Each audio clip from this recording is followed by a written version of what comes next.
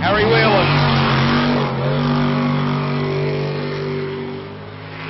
and Jason Conroy, the young fellas from down there in Wellington, Lower Hutt, and well, the MF Kings. Of course, Harry's old man Phil ran around in the Superboat for a few years. The young man said, well, you know, I want to give this a crack as well, mate. So round now running in the international category, and Harry Whelan's like the way these guys are going about it. Very helpful, very polite. Young boys, these gentlemen. Well, not young boys, they're certainly young men. There's no doubt about that. And Harry Whelan's in his last round was looking pretty good. Now into this final part of the lap in the sweeper, Harry Whelan's across the line in a 45.826. He'll be pretty happy with that. 45.826 there for Harry Whelan's.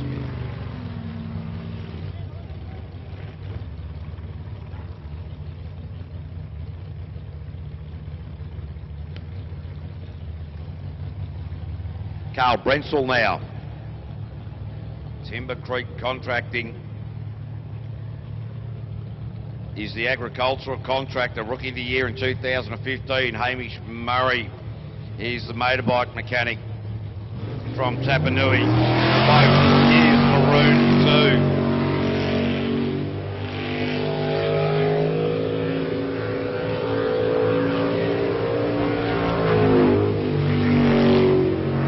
Carl Brensel, last time out was posted a 45.622.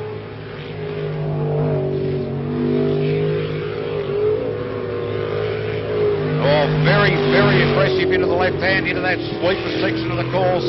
Nicely done in through that hairpin. He's nailed that each and every time. Carl Brensel last time out found himself in 4th place after qualifying round number 2.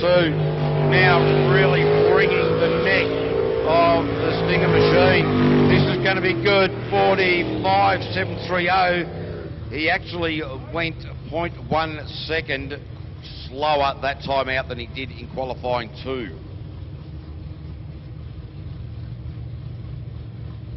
So the water's starting to get a little bit denser now, ladies and gentlemen. The boats are starting to stick. Early in the day, before the mud gets churned up, the water's very clear and doesn't have the density. Makes the boats feel very slippery to the drivers. So now that the water's churned up a little bit, we'll start to see these guys really stretch the legs of these boats, take some bigger risks as we now go down to Bevan Muir and Samantha doing the navigational duties. Bevan Muir, the sales manager from Valley Toyota up there in Thames. Just taking the Teng's tool machine back a little bit. Our starter just easing things off a little bit now. He's put it into take the reverse bucket up. Coming in at the starter tool. Bang, away goes Bevan Muir. Naki Electrical front straight in a hurry up the top. Bevan Muir's had a bit of a interesting day so far today. He's obviously very quick, but just having a little bit of trouble with track rotation. Hasn't been quite able to nail that rotation at this point.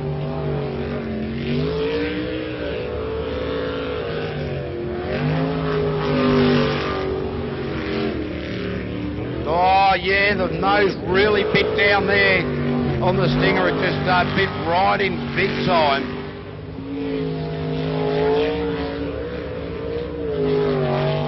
So Bevan Muir now in the final run from the line, and that's his best time with a 46.765.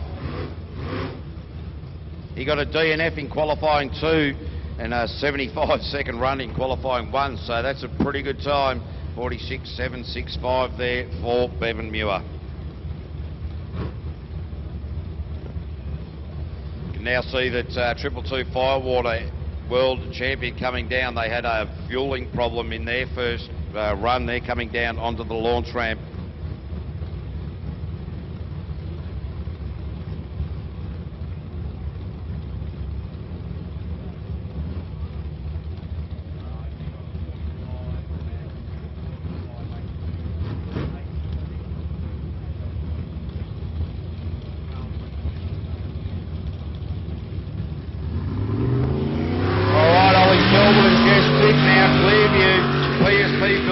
Products. In fact, the marketing manager of PSP Building Products, Jess Sid, is doing the navigational duties.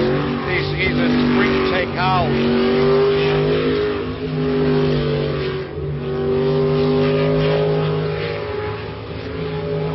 So Ollie Silverton really looking very good out there at the moment. This boat sitting very nicely.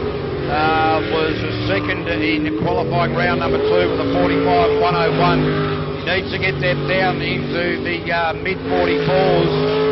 Point and shoot is his way of driving. Doesn't ease off into the corners. The Sprint Tech hull down to this final sweeper, holding on beautifully.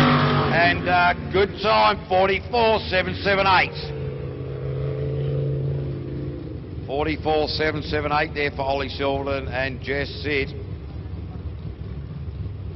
Ross Travers is the fastest man in the Group A category last running qualifying round 2 with a 44.498. So Ollie Silverton 0.3 seconds away from the fastest man in the Group A category at this point. Simon Gibbon, the sales manager from North Canterbury. Paul Thompson, the contractor from North Canterbury. Novus Auto Glass, the jet speed hull. Scott 8.5 inch jet unit SDM, Novus Auto Glass, L Johnson Construction,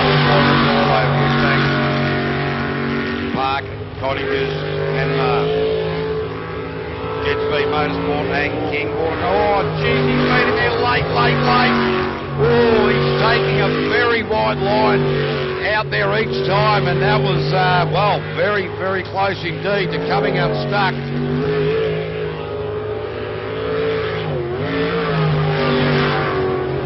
Jeez, I tell you, he's on fire, the boy.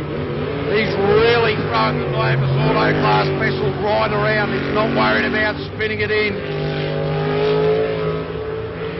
Really on fire at the moment, Simon Gibbon, really taking a couple of risks. Could be very exciting, and a 44.70. He's gone to the top for qualifying round number 3. As he came into the part of the track he's in now, the sweeper in that down the bottom part of the track in that opening part of that lap, he went out really wide and then tried to nail that apex into that right-hander into what I'm calling the nut, where it really tightens up in there. And, well, he ran a ragged line through the middle of it. Neil Marshall now. Michelle Reid.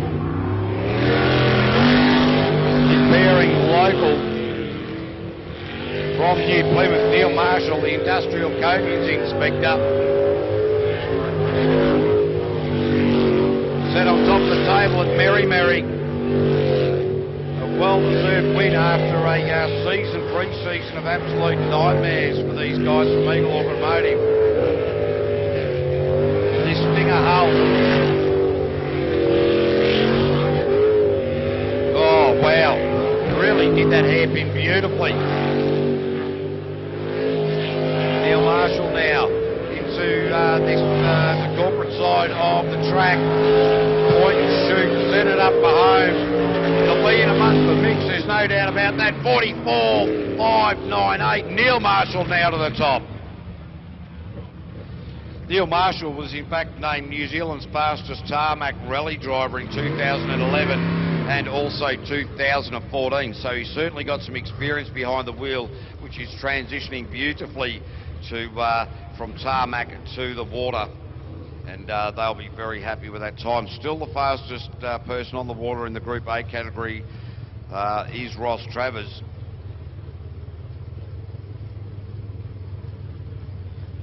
Dean and Aaron Reddick now coming down boat 27, being back down onto the ramp at the moment.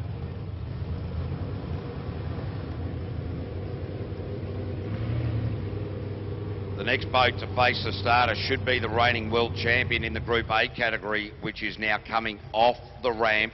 Boat 222, Rick Burke and Elf Kill. They had a fueling problem in qualifying round number 2. No hesitation, straight off the ramp and straight back to the pit. So obviously still a problem with that one.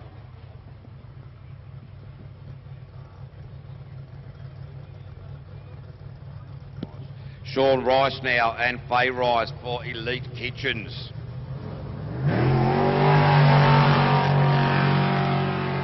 Wow, straight up the Naki electrical front straight at a great rate of knots.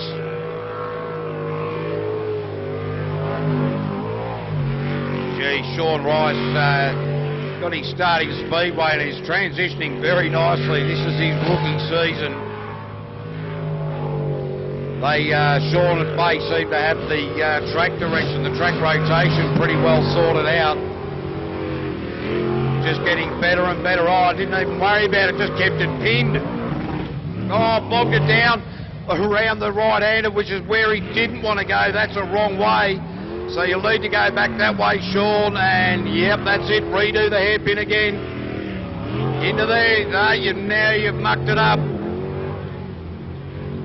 No, Sean Rice, unfortunately, ladies and gentlemen, has rejoined the track from the wrong direction. He needs to rejoin it after the hairpin. So you are allowed to recorrect yourself, but you've got to go back from the way you came. So he needs to go left around the hairpin. Left here, mate. Left, left. No, that's not part of left. Oh, well, that's a DNF. That will be a DNF, unfortunately, for Sean Rice. He was looking really good in that lap. And all it takes is that one split second of indecision and, well, a DNF is the result there. All right, Stewie Latham, the man from Perth in Western Australia, doing the driving. James Hayden are doing the navigating in the Ryko boat.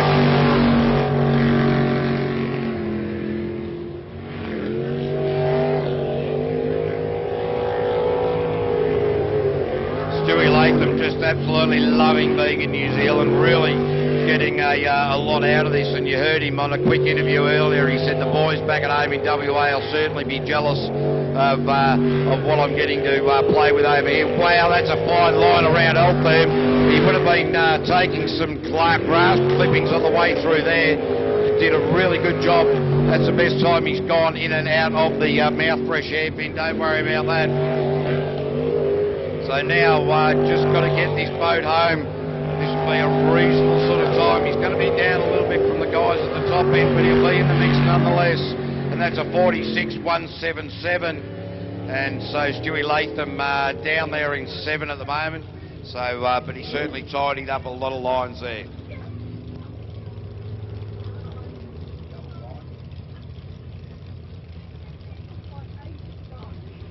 Yeah, so I've got a bit of trouble up here in the commentary tower.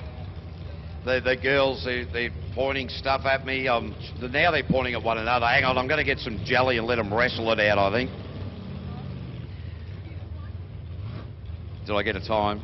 Yeah, 46.177 there for Stewie and James. All right, Dean and Aaron Riddick now. OverTheView.com. Oh, really? You heard the impellers just spinning there, the engine just touching on the rev limiter as they just try to get the blades to bite.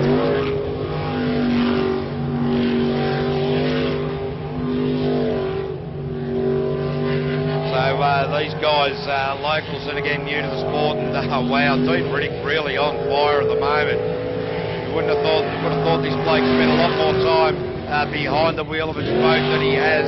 Oh, gee, I tell you what, that was a nice transition. Each and every driver, there's no correct way in jet sprinting to attack hairpins. Normally on a tarmac track, you'll just follow the natural apex of the track. But jet sprinting is a completely different kettle of fish, and that's a good time for these guys with a 46.922. That was Dean and Aaron Riddick, 46.922. On a tarmac track, ladies and gentlemen, most of the time you'll see everybody's looking for all the drivers are looking for the apex. On a jet sprint track, the apexes will be different for the handling characteristics of each and every boat. So some of these guys, you notice they're going in tight around that hairpin. Some of them are going out wider around the hairpin, and they'll open it up depending on how they feel their boat's handling. So sometimes going around the long way is actually quicker. And now see Andy Ryan, the Joker, going down onto the track, onto the launch ramp. Phil Dick now in the Jet Design Co. in the Hyper Sprint coming off the trailer. Now this bloke, keep an eye on him. He's done some pretty exciting stuff on the Jetsprint track over the years, and we hope that that continues because it's always a crowd favourite. The Reaper now launching off the line, and Phil Dick just still getting his head around this whole idea of jet sprinting and getting a bit quicker each and every time. Occasionally has a bit of a fade out and sticks it up on the dirt, so don't take your eyes off him.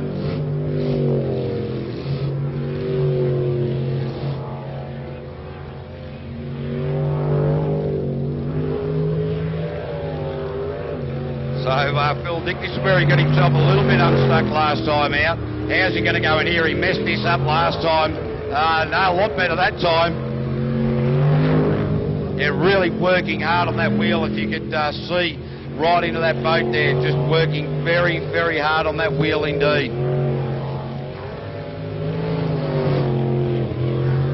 Right, open her up now, Phil. Send her home.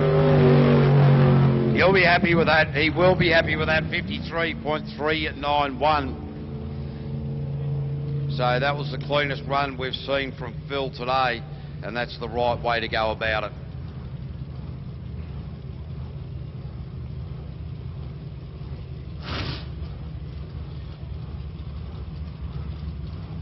So we should have Ross Travers, Andy Ryan and Richard Murray to come. Yes, Super Mario, Ross Travers and his son Shane.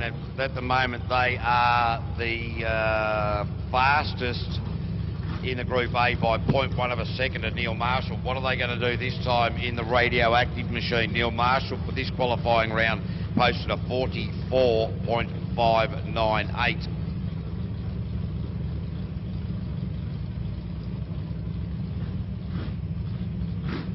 Ross and Shane Travers just being held up there in the launch ramp area. Everybody's been given the green light. Phil Dick will come back in and put that up in the trailer as Shane and Ross Travers line it up. Oh, have a look at that for a straight line. The Naki electrical front straight, and he just aced it. Very smooth around the sweeper. Ross Travers at the moment, pinpoint perfect.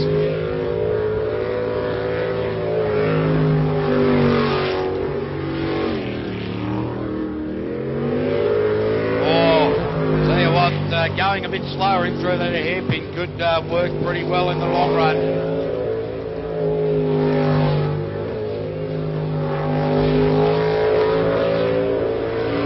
All right, this is going to be good.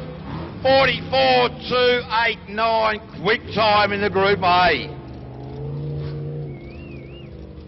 Well, I'll tell you what, Ross Travers, Neil Marshall, et al. Thought they were getting a little bit closer. Then Ross just says, well, look, I'll just bring it down by another 0.3 or so of a second and see how you go from there.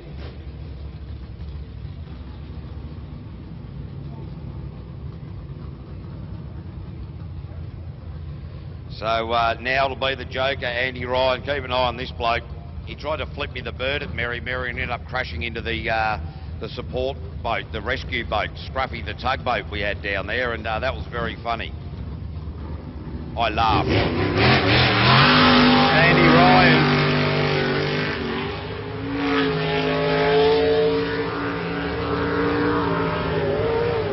Mary Ann Allen doing the navigational duties here.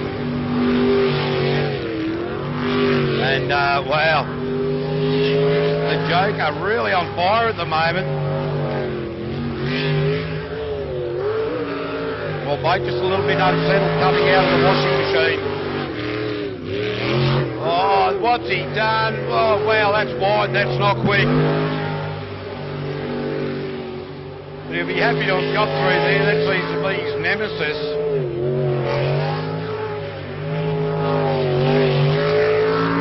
Andy Ryan, Kerry Ann Allen now across the line, 46.712, find themselves somewhere down near 8th. So, yeah, lost a lot of time around that hairpin, but, well, Andy Ryan, he'll be reasonably happy with that, bringing the boat back in one piece. I know that Kerry Ann Allen will certainly be happy about that. So our last boat to face the starter for the Stinger Group A category will be Richard Murray. We're calling him Penelope Pit Stop. Penelope for short. He hates it. That's all right. Joe Rathbone, the navigator.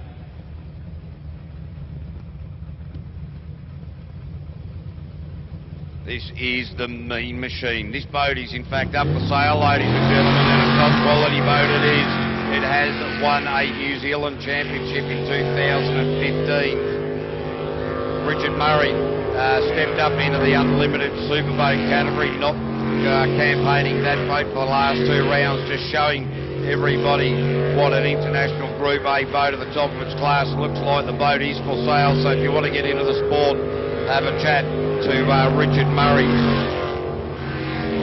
Like a pretty tidy lap so far. Very nice through that hairpin. This is going to be a pretty good time. Richard Murray's last time and best time so far is 46.048. Needs to get down into the 44s though if he wants to be somewhere near the pointy end of the field. And that's a good run. 44.564 into P2. So really came on song there. Neil Marshall only 0.34 of a second slower than the run that Richard Murray did. So here's how it looks for round 3 of the Stinger Group A. Ross Travers, Richard Murray, Neil Marshall, Simon Gibbon, Ollie Silverton, Carl Brensel, Harry Whelan, Stuart Latham, Andy Ryan, Bevan Muir, Dean Riddick, Phil Dick and Sean Rice with a DNF. All right, now we're going to go to qualifying 3 of the